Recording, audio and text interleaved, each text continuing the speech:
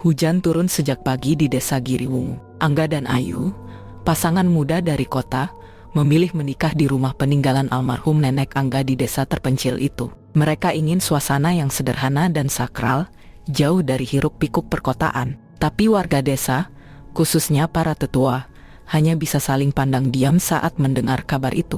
Karena rumah itu pernah jadi lokasi meninggalnya pengantin wanita bernama Sari, 70 tahun lalu. Dan sejak saat itu, tidak ada satupun pasangan berani menggelar pesta di sana. Bukan karena takut, tapi karena percaya bahwa Anja-Anja belum pernah pergi.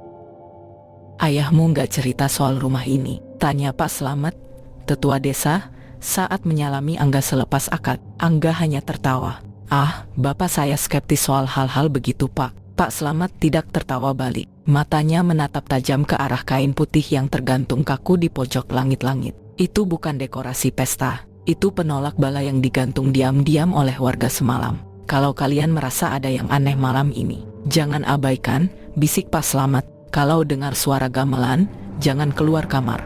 Kalau istrimu mimpi buruk, bangunkan."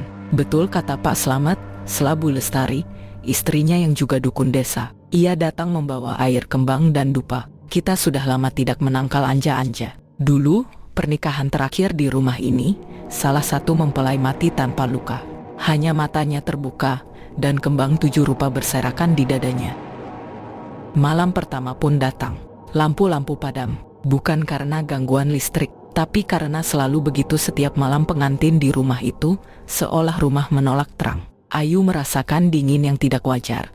Meski mereka menyewa penghangat ruangan, selimut seperti tidak membantu. "Aku mimpi aneh barusan," gumam Ayu saat terbangun. Nafasnya terengah. "Aku lihat perempuan duduk di sudut kamar ini, rambutnya menutupi wajah, dan dia pakai baju pengantin seperti aku." Angga mencoba menenangkan, mengira itu hanya mimpi karena kelelahan. Tapi Ayu menunjuk ke sudut kamar. Di sana, bunga 7 rupa tergeletak tanpa mereka sadari sebelumnya. Basah dan harum bercampur amis. Angga melangkah mendekat, dan saat itu juga suara gamelan terdengar dari luar rumah. Pelan, lalu makin nyaring. "Jangan buka jendelanya," bisik Ayu. "Dia di luar." Perempuan itu.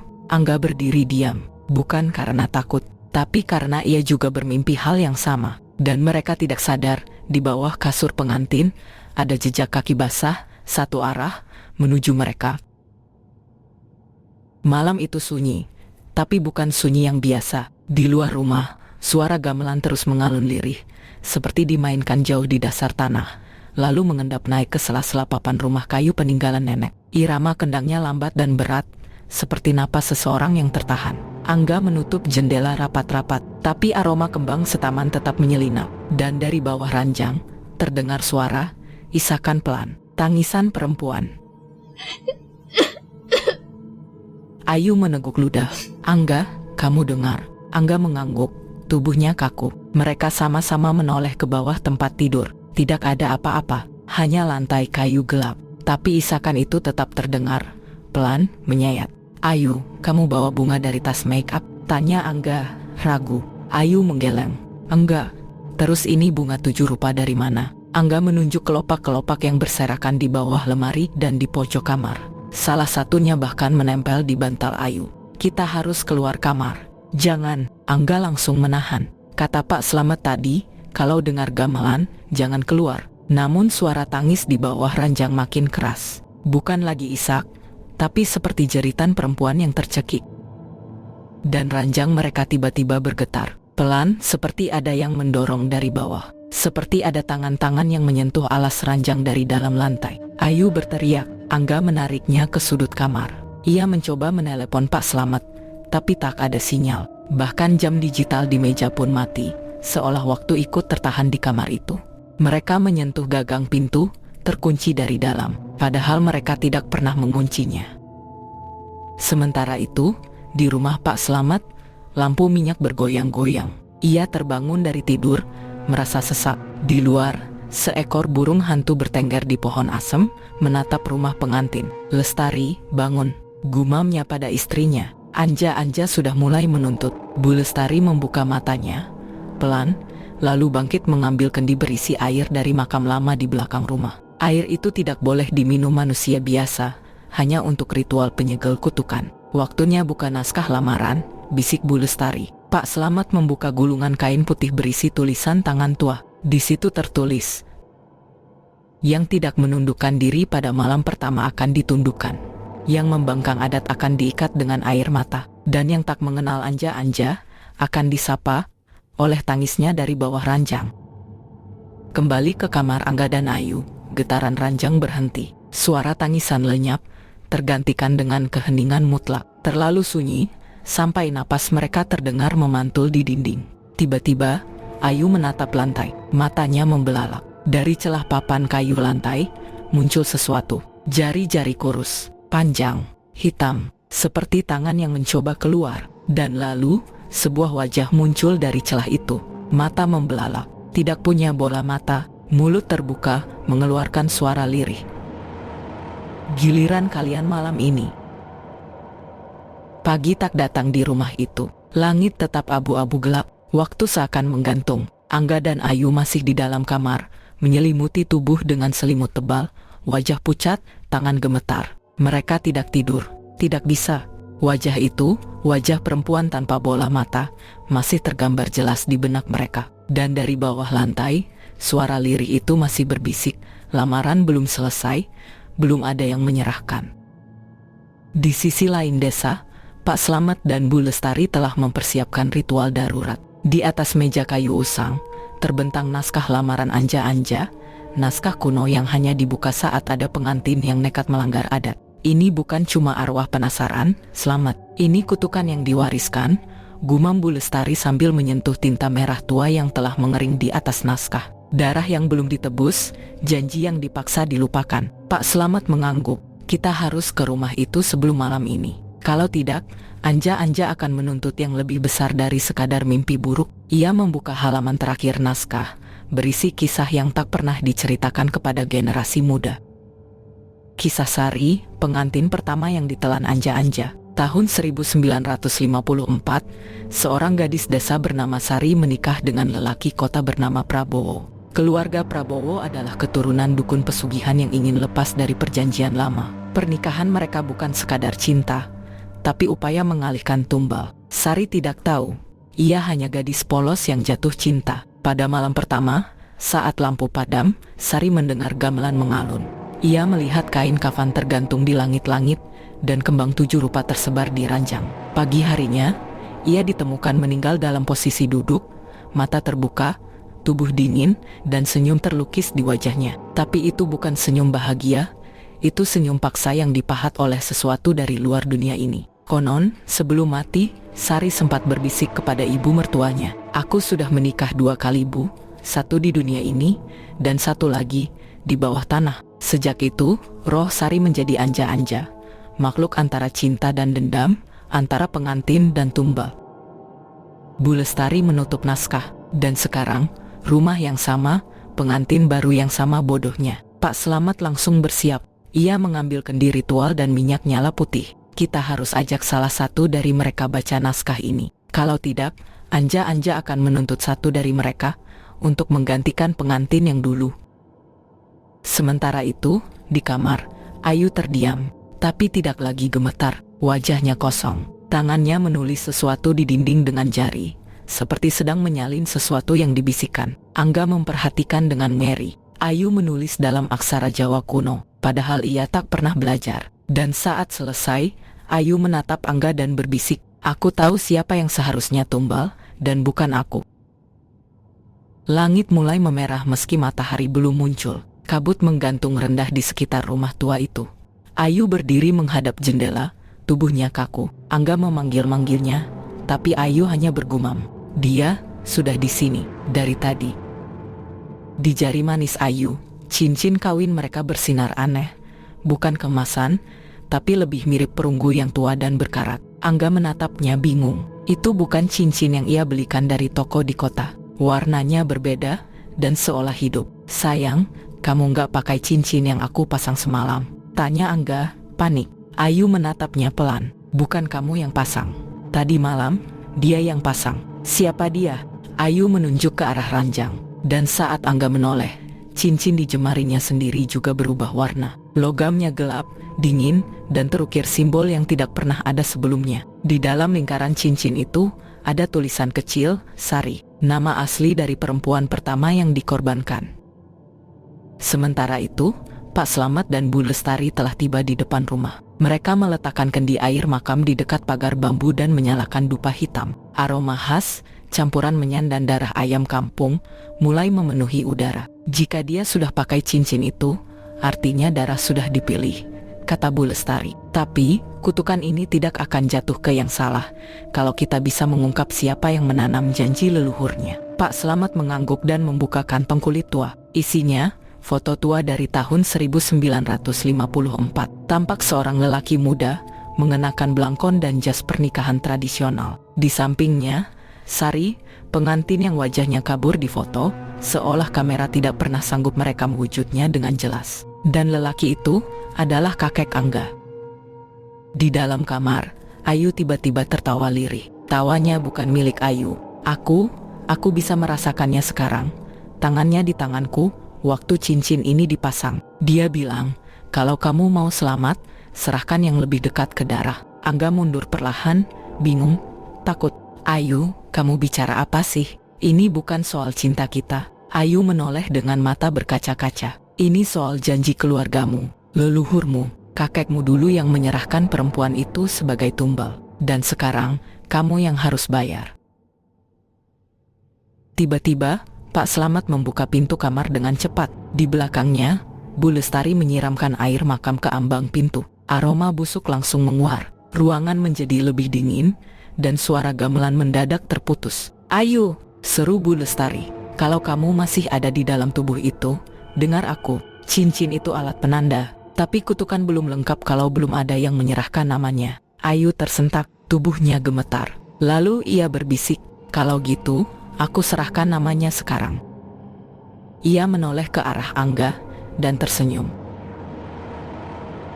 Udara di kamar seketika menjadi berat. Bau darah dan bunga layu menguasai segalanya. Langit-langit berubah gelap, seperti malam telah runtuh ke dalam rumah. Pak Slamet langsung menggenggam tasbih tua yang ia kalungkan di lehernya. Bu Lestari membuka lembar terakhir dari naskah lamaran, membacakan dengan cepat ayat-ayat pelindung bercampur dengan mantra Jawa kuno. Tapi suara Ayu, atau lebih tepatnya makhluk yang merasuki tubuhnya, menggelegar, mengimbangi bacaan itu. Satu nama harus diserahkan, yang darahnya mengalir dari pelanggar pertama, yang darahnya masih segar, tapi waris dosanya sudah tua. Ayu perlahan melangkah ke arah Angga. Angga, katanya lembut, tapi nadanya dingin. Namamu sudah ada dalam perjanjian, bahkan sebelum kamu lahir. Angga menggeleng, air mata mulai jatuh. Tapi aku nggak tahu apa-apa, aku nggak pernah ikut perjanjian apapun. Pak Slamet menyahut tegas, tapi darahmu tahu. Dan darah itu sudah dijanjikan sejak kakekmu menyerahkan Sari ke tanah. Leluhurmu yang membuka jalan bagi anja-anja. Cincin di jari Angga bergetar sendiri. Lalu dari balik lantai, tangan-tangan hitam muncul lagi. Kali ini bukan hanya satu. Mereka merambat ke dinding, ke langit-langit, seperti akar pohon beringin yang mencari mangsa. Ayu, dalam wujudnya yang kerasukan, mengangkat tangan dan menunjuk Angga. Namanya, Angga Maheswari. Aku serahkan dia. Dan saat nama itu diucapkan, cahaya merah menyala dari lantai. Sebuah lingkaran muncul. Pak Slamet segera melempar kendi air makam ke tengah ruangan. Kendi pecah, airnya menyebar, menciptakan kabut putih yang menghalangi tangan-tangan itu. Suara jeritan wanita menggema, jeritan anja-anja, kesakitan. Tapi dia belum pergi, hanya marah. Angga jatuh terduduk, terengah. Ayu, yang kini kembali sadar sebagian, terisak sambil menatap Angga. Rasa bersalah menghancurkan wajahnya. Aku nggak kuat, dia bisikan itu berkali-kali di kepalaku. Kalau aku nggak menyerahkan satu nama, aku yang ditarik. Maafkan aku. Angga tak bisa menjawab, matanya kosong. Beberapa saat kemudian, mereka semua duduk di ruang tengah. Pak Slamet menjelaskan dengan nada sangat serius. Kutukan anja-anja tidak selesai hanya dengan menghindar. Ini bukan setan biasa, ini roh terikat perjanjian darah. Dan darah itu harus ditebus. Lalu bagaimana caranya? Tanya Angga lirih. Lewat ritual ganti tumbal. Tapi harus ada yang bersedia. Dan hanya bisa dilakukan saat bulan mati, 3 malam lagi. Sebelum itu, satu orang harus jaga kamu terus. karena dia akan mencoba menarikmu ke dalam tanah. Kalau tidak ada yang ganti tumbal, tanya Ayu pelan. Pak Slamet menatapnya dengan dingin. Angga akan hilang, bukan mati, tapi ditelan, dikawinkan dalam dunia anja-anja. Dan kalau itu terjadi, kutukannya akan bangkit lagi. Dan semua pengantin baru di desa ini akan jadi incarannya. Sementara Angga dan Ayu masih berjuang menelusuri makna mimpi dan rahasia keluarga, sebuah mobil tua berhenti di depan rumah Bu Lestari. Malam itu dingin dan sunyi, tak ada yang memperhatikan kedatangan sosok berkerudung gelap yang turun pelan, menatap rumah tua itu dengan sorot mata cemas. Bu Lestari membuka pintu, matanya langsung menyipit curiga, tapi kemudian melembut begitu mengenali tamunya. Kamu akhirnya datang. Aku tak bisa diam, Bu. Ini soal anakku, jawab wanita itu lirih. Angga, terkena kutukan anja-anja, kan? Bu Lestari mengangguk pelan, lalu mempersilakannya masuk. Wanita itu melepas kerudungnya. Wajahnya tirus, garis-garis tua mulai tampak jelas. Tapi ada ketegasan dalam sorot matanya, dan rasa bersalah yang nyaris tak bisa disembunyikan. Ayahku dulu pernah menolak lamaran seorang gadis dari keluarga keturunan Abdi Anja. Ia dipermalukan di depan banyak orang. Tak lama, gadis itu menghilang, dan desas-desus tentang pengantin kutukan mulai muncul tak lama kemudian. Ia menarik napas berat. Aku pikir, kutukan itu sudah lama mati, tapi ternyata hanya menunggu waktu untuk menagih janji lama. Bu Lestari memejamkan mata. Kutukan seperti ini tidak mengenal batas generasi. Ia akan mencari siapapun yang masih memiliki jejak darah atau ikatan emosional. Kalau begitu, biar aku yang menggantikan Angga. Bu Lestari tersentak. Ini bukan soal keberanian. Kamu tahu apa yang akan terjadi kalau kamu benar-benar menyerahkan diri. Aku ibunya, Bu. Aku yang harusnya mati duluan, bukan anakku. Di luar, angin menghembus kencang, dan dari kejauhan terdengar suara gamelan lirih mengalun, pertanda bahwa dunia gaib mulai mengawasi. Wanita itu berdiri perlahan. Tapi tolong, jangan beritahu Angga dulu. Biar semua ini selesai dalam diam. Bu Lestari hanya bisa menatapnya, perempuan yang datang dengan sepi dan niat tulus untuk menebus sejarah. Dan dalam hati kecilnya, ia tahu pengorbanan sejati memang datang tanpa bunyi. 3 hari tersisa, 3 malam dengan langit yang makin pekat dan udara yang makin berat. Angga tidak bisa tidur. Setiap kali ia memejamkan mata, ia mendengar suara gamelan jauh di bawah tanah. Kadang terdengar nyanyian Jawa lirih, seolah ada upacara yang sedang berlangsung di dunia lain. Ayu tetap di samping Angga, menyesal, takut, tapi juga marah pada dirinya sendiri. Ia sempat tergoda untuk menyelamatkan diri dengan menyerahkan nama Angga, dan Angga tahu itu, tapi ia memilih diam. Di rumah Bu Lestari, persiapan ritual mulai dilakukan. Pak Slamet menggambar lingkaran pelindung dengan campuran abu jenazah dan akar pule, sedangkan Bu Lestari menyiapkan sesajen ganti tumbal. 1 ayam hitam, 3 cermin kecil, kain kafan bekas dari pemakaman lama, dan yang paling penting, potret wajah calon tumbal. Kalau tak ada yang sukarela menggantikan Angga, ucap Bu Lestari, ritual ini gagal. Dan saat bulan mati, anja-anja akan datang, bukan hanya menjemput, tapi mengambil semuanya, rumah, tubuh, nama. Malam ketiga datang, udara mati, tidak ada jangkrik, tidak ada angin, langit hitam polos, bulan mati. Ritual dimulai. Angga duduk di tengah lingkaran pelindung, tangan dan kakinya diikat kain putih agar roh tidak bisa menariknya keluar. Ayu berdiri di luar lingkaran, matanya sembab. Pak Slamet membaca mantra dalam bahasa kuno, suara bergema seperti dari dasar sumur, tapi belum ada yang menyerahkan diri. Bu Lestari melirik jam dinding, tanda bahaya. Ritual harus selesai sebelum pukul 3 pagi. Lewat dari itu, anja-anja akan muncul dalam bentuk sempurna. Bukan bayangan, tapi wujud pengantin utuh. Siapa yang mau ganti tumbal? Tanya Bu Lestari keras. Harus diserahkan atas kehendak sendiri. Semua diam. Ayu menunduk, hatinya berperang. Dia ingin menyelamatkan Angga, tapi rasa takut masih mengunci mulut dan kakinya. Lalu, terdengar langkah kaki dari luar rumah. Seorang wanita tua muncul di pintu, matanya cekung, jalannya lambat. Ibu kandung Angga, yang selama ini tinggal di luar kota, sudah lama meninggalkan keluarga karena tidak tahan dengan suaminya yang kasar dan selalu melakukan kekerasan. Yang datang karena mendengar kabar anaknya terancam oleh kutukan yang seharusnya bukan milik mereka. Aku yang serahkan diri, katanya pelan. Semua menoleh. Pak Slamet menatapnya lama. Kamu tahu konsekuensinya. Perempuan itu mengangguk, lalu berjalan ke altar, menusuk ujung jarinya dengan jarum, dan meneteskannya di altar. Saat itu juga, lampu berkedip liar. Udara seperti tersedot ke dalam ruang yang tak terlihat. Angga, yang sejak tadi diam membatu karena syok, mendadak berteriak histeris. Jangan, ibu, jangan. Aku yang harusnya jadi tumbal, bukan ibu. Ia meronta dari ikatan kain putih. Air matanya jatuh deras, membasahi pipi dan lehernya. Bu Lestari menahan bahunya, tapi Angga terus mengguncang kepalanya. Aku belum sempat bilang aku sayang ibu. Belum sempat minta maaf atas semuanya. Ibu yang harus minta maaf, Angga. Maafkan ibu karena egois dan meninggalkanmu. Ibu jangan pergi. Ibu jangan jadi tumbal. Tapi sang ibu hanya menatapnya lembut. Dengan senyum kecil yang dipaksakan di wajah lelahnya, ia berkata, kamu anakku. Ibu hidup cukup lama untuk tahu. Kadang dosa orang tua memang harus dibayar oleh cinta anak-anaknya. Tapi kali ini, biar ibu yang lunasi.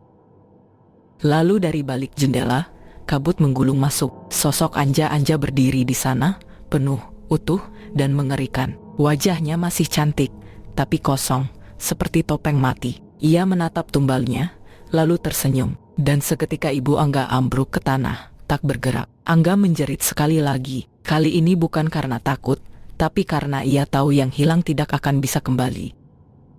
Cincin di jarinya jatuh sendiri, retak, dan di dalam hatinya, retakan yang jauh lebih besar baru saja terbentuk. Subuh datang, ritual selesai, tapi Angga menangis karena ia tahu cinta mereka tidak akan pernah sama. Karena untuk bisa tetap hidup, seseorang harus menyerahkan ibunya sendiri pada dunia yang tidak mengenal ampun. 7 hari setelah malam ritual itu, rumah peninggalan kakek Angga kembali sunyi. Langit mendung menggantung seperti kelambu duka. Hujan rintik-rintik membasahi batu nisan baru di halaman belakang, tempat ibu Angga dimakamkan, sesuai permintaannya sendiri sebelum ritual. Angga duduk di bangku panjang beranda, memeluk selimut, menatap pusara ibunya tanpa berkata-kata. Sudah seminggu ia tidak menyentuh ponsel, tidak membuka pesan, dan tidak menjawab telepon dari suaminya yang kini pulang ke Jakarta lebih dulu, membawa luka dan ketakutan. Ayu duduk di sebelahnya, memegang termos kecil berisi wedang jahe. Minumlah dulu, badanmu dingin. Angga hanya menunduk. Aku tak merasa apa-apa lagi Yu, bahkan dingin pun tidak. Di dalam rumah, Bu Lestari membakar kemenyan. Meski ritual selesai, ia masih merasa bahwa energi kutukan itu belum sepenuhnya padam. Anja bukan sekadar roh penasaran. Ia adalah sumpah patah dari perempuan yang dipermalukan, ditinggalkan, dan dikubur dengan dendam, katanya pelan pada Ayu malam sebelumnya. Angga masih terdiam, tapi dalam benaknya, suara ibunya terngiang terus. Ibu yang lunasi semuanya. Air matanya jatuh tiba-tiba, bukan karena kesedihan saja, tapi karena kebingungan yang terus memburu. Mengapa kutukan itu harus menurun padaku? Apa hanya karena garis darah? Atau ada sesuatu yang belum kuketahui? Malam itu, Angga tak bisa tidur. Ia membuka laci tua tempat ibunya biasa menyimpan dokumen. Dan di antara kertas-kertas lama, ia menemukan surat tua dalam amplop kecoklatan. Tulisan tangan ibunya. Angga, jika kamu membaca ini, berarti aku sudah tiada. Maafkan aku yang selama ini merahasiakan segalanya. Dulu, sebelum menikah dengan ayahmu, ibu pernah hampir dijodohkan. Tapi lelaki itu hilang sebelum hari lamaran. Dan dari sanalah semuanya dimulai. Yang kamu hadapi bukan sekadar kutukan, tapi sebuah pengikat yang diwariskan bukan hanya lewat darah, tapi lewat rasa sakit. Angga menggenggam surat itu erat-erat. Tangannya gemetar. Ia merasa ada sesuatu yang masih belum selesai. Sesuatu yang bahkan kematian ibunya tidak bisa hentikan. Dan benar saja, jam 2 dini hari, Angga terbangun. Ada suara langkah halus dari dapur. Pelan, tapi sangat jelas. Ia berjalan perlahan, jantungnya berdetak kencang. Tapi bukan karena takut, melainkan karena ia sudah tahu siapa yang datang. Di ambang pintu dapur, seseorang berdiri membelakanginya. Rambut panjang, basah, dan gaun putih berenda. Saat sosok itu perlahan menoleh, Angga menahan napas. Itu bukan Anja, bukan juga ibunya. Tapi seorang perempuan muda. Wajahnya pucat, dan mata hitamnya memancarkan kesedihan yang tak terhingga. Perempuan itu membuka mulut, Suaranya seperti suara angin laut yang ditahan bertahun-tahun. "Angga, tolong bebaskan aku sebelum kutukan ini kembali memilih pengantin baru." Lalu sosok itu menghilang, menyisakan genangan air di lantai yang dingin. Angga duduk di ruang tamu sendirian. Jam menunjukkan pukul 3 dini hari. Tangannya masih gemetar, memegang selimut yang basah karena peluh. Bukan hanya karena mimpi buruk, tapi karena perempuan itu nyata. Bukan halusinasi, bukan bayangan. Seseorang atau sesuatu telah datang dan memanggil namanya. Pagi harinya, Angga membawa surat lama yang ditulis ibunya dan menunjukkannya pada Bu Lestari. Wanita tua itu membaca dalam diam, lalu mengangguk. "Perempuan dalam gaun berenda, itu bukan Anja-Anja. Itu Sari, korban pertama dari kutukan ini. Anak dari keluarga abdi keraton yang dibatalkan perjodohannya secara sepihak oleh buyutmu." Angga menatapnya terkejut. Dia yang jadi sumber dendam itu. Iya, Sari meninggal bukan karena bunuh diri, tapi dikorbankan secara paksa oleh keluarganya sendiri demi menutup aib. Tubuhnya tidak dikuburkan secara layak, hanya dilempar ke sumur tua di belakang rumah lamanya. Mendengar itu, Angga terdiam. Suhu ruangan seperti turun drastis. Sumur rumah lamanya masih ada. Bu Lestari mengangguk, wajahnya mengeras. Di ujung desa, rumah itu sudah lama kosong, tapi siapapun yang masuk tidak pernah keluar dengan waras. Angga, yang kini merasa kutukan belum selesai, memutuskan untuk pergi ke sana. Meski dilarang oleh Ayu dan Bu Lestari, ia pergi diam-diam sore itu. Angin sore membawa aroma lembab yang menusuk, seperti bau kain basah yang disimpan bertahun-tahun. Rumah itu berdiri sepi di tengah kebun liar. Pagar kayunya patah, daun jendela menggantung seperti lidah terjulur, dan di belakang rumah ada sumur tua yang ditutup jeruji besi berkarat. Angga melangkah masuk. Langkah pertama, lantai kayu berderit pelan. Langkah kedua, udara di dalam ruangan terasa tebal dan berat, seperti sedang menyelam dalam air, padahal ia hanya berjalan. Langkah ketiga, gaun putih itu muncul. Di ujung lorong, seorang perempuan berdiri. Tubuhnya kurus, kulit pucat kebiruan, rambutnya panjang menjuntai basah. Tapi wajahnya bukan seperti hantu menyeramkan, justru penuh kesedihan. Angga ingin mundur, tapi tubuhnya kaku. Perempuan itu berjalan mendekat, langkahnya tak bersuara, lalu berkata dengan suara lirih namun tajam, "Bukan kamu yang harus mati, tapi orang yang membuatku menunggu di altar." Seketika itu, dinding rumah mengelupas, lantai berubah menjadi ubin batu, dan Angga seolah dibawa ke masa lalu. Ia berdiri di depan pelaminan tua. Kursi pengantin kosong. Sari duduk sendirian, memegang buket bunga layu. Di belakang, terdengar suara-suara mencemooh, menertawakan. Lalu tiba-tiba ruangan itu berubah jadi gelap, dan jeritan Sari menggema, jeritan seorang perempuan yang dipermalukan, ditinggalkan, lalu dikorbankan. Angga terlempar ke lantai, tubuhnya menggigil. Perempuan itu berjongkok di dekatnya. "Kuburku masih di sini, bukan di tanah, tapi di air hitam sumur itu. Temukan tulangku, kuburkan aku dengan layak, maka kutukan ini akan berhenti. Jika tidak, pengantin berikutnya sudah menunggu hari pernikahannya." Dan tiba-tiba, rumah itu runtuh dalam sekejap mata. Angga terbangun, tergeletak di tanah luar rumah. Hari sudah malam. Ayu dan Bu Lestari berdiri panik di dekatnya. "Angga, astaga, kamu pingsan. Kenapa kamu nekat masuk ke rumah itu?" Angga hanya bisa menunjuk ke arah sumur. "Dia masih di situ. Sari, dia belum tenang. Kita harus keluarkan jasadnya malam ini." Malam itu di desa, angin tidak berembus, dan pepohonan tak bergerak. Semuanya sunyi. Angga, Ayu, dan Bu Lestari berdiri di depan sumur tua. Jeruji besi yang menutupinya sudah berkarat dan menghitam. Ukiran kayu di sisi sumur tampak seperti simbol, tapi sebagian besar sudah lapuk. Sumur itu tidak terlihat dalam, tapi terasa sangat dalam, seperti tidak punya dasar. "Kita harus buka ini," bisik Bu Lestari sambil mengeluarkan pisau besi dan minyak kelapa muda. "Kamu yakin tidak ada pantangan?" tanya Ayu, suaranya gemetar. "Pantangannya cuma satu," jawab Bu Lestari. "Jangan menyesal setelah tahu apa yang kamu lihat." Dengan upaya bersama, mereka membuka jeruji itu. Bau busuk menyembur keluar seperti napas dari dunia bawah. Angga hampir muntah. Mereka menyalakan obor dan senter, lalu menurunkan kamera kecil berkabel ke dalam sumur, kamera sederhana milik Ayu untuk inspeksi kebocoran pipa. Apa yang mereka lihat membekukan darah. Di dasar sumur, terselip tulang-tulang yang masih utuh, namun anehnya tidak lapuk. Ada kain putih, seperti gaun pengantin yang melilit di antara akar. Tiba-tiba, layar kamera berkedip. Sesuatu bergerak di belakang tulang-tulang itu. Bayangan, bukan binatang, bukan manusia, bukan pula arwah Sari. Itu, bukan dia, Angga berbisik. Bukan, kata Bu Lestari, wajahnya pucat. Itu yang menjaga kutukan ini tetap hidup. Itu anja-anja sebenarnya, yang tumbuh dari rasa sakit, bukan dari manusia. Sumur mulai mengeluarkan suara lirih, semacam bisikan, tapi bukan dalam bahasa manusia.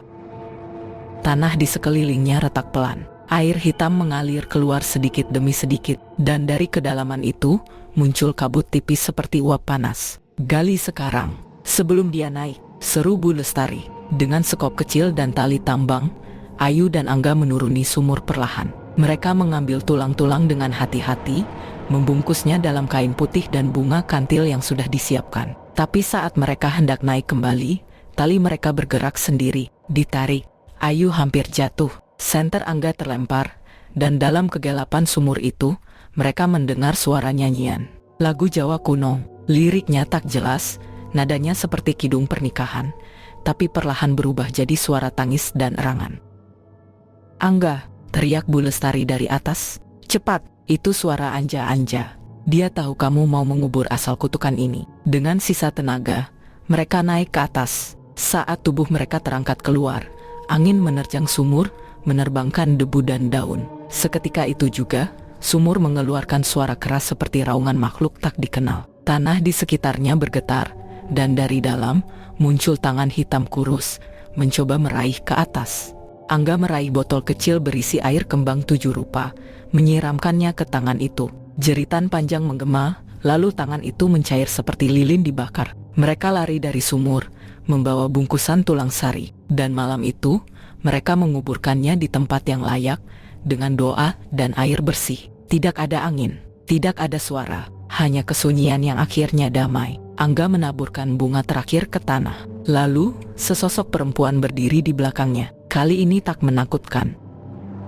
"Sari," ia tersenyum, lalu membungkuk perlahan, dan menghilang bersama kabut. Tapi sebelum menghilang, ia sempat berbisik, "Terima kasih." Tapi kutukan ini tidak hilang, hanya tertidur, sampai ada pengantin baru yang merupakan cerita ini.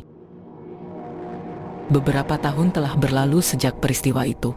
Angga dan Ayu hidup tenang di kota kecil, membuka toko buku dan tanaman. Pernikahan mereka tetap kokoh, meski bayang-bayang masa lalu kadang mengetuk pintu dalam mimpi. Mereka tidak dikaruniai anak, tapi tidak pernah merasa kurang. Karena bagi mereka, keutuhan bukan soal jumlah, tapi kedalaman saling memahami. Setiap tahun, pada tanggal yang sama dengan malam saat kutukan dihentikan, Angga akan pergi sendiri ke makam Sari dan ibunya, membawa bunga kantil dan melati, menaburkannya pelan sambil berbisik, "Aku menepati janjiku, Bu."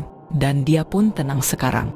Sore itu, langit berwarna abu. Angga duduk lama di dekat makam, lalu berjalan ke arah sumur tua yang kini tertutup beton dan dipagari. Di sana, ia melihat sepasang pengantin baru sedang berfoto. Mereka tertawa, bercanda, tidak sadar di mana mereka berdiri. Angga tidak menegur mereka. Ia hanya menatap dalam diam, lalu berkata pelan, "Kutukan sudah tidur. Semoga kalian tidak membangunkannya lagi." Dan di angin sore yang mengusap rambutnya, ia merasa seolah ada seseorang membelai pundaknya dengan lembut. Entah itu ibunya, atau Sari, atau hanya angin. Angga tak ingin tahu. Ia hanya tersenyum.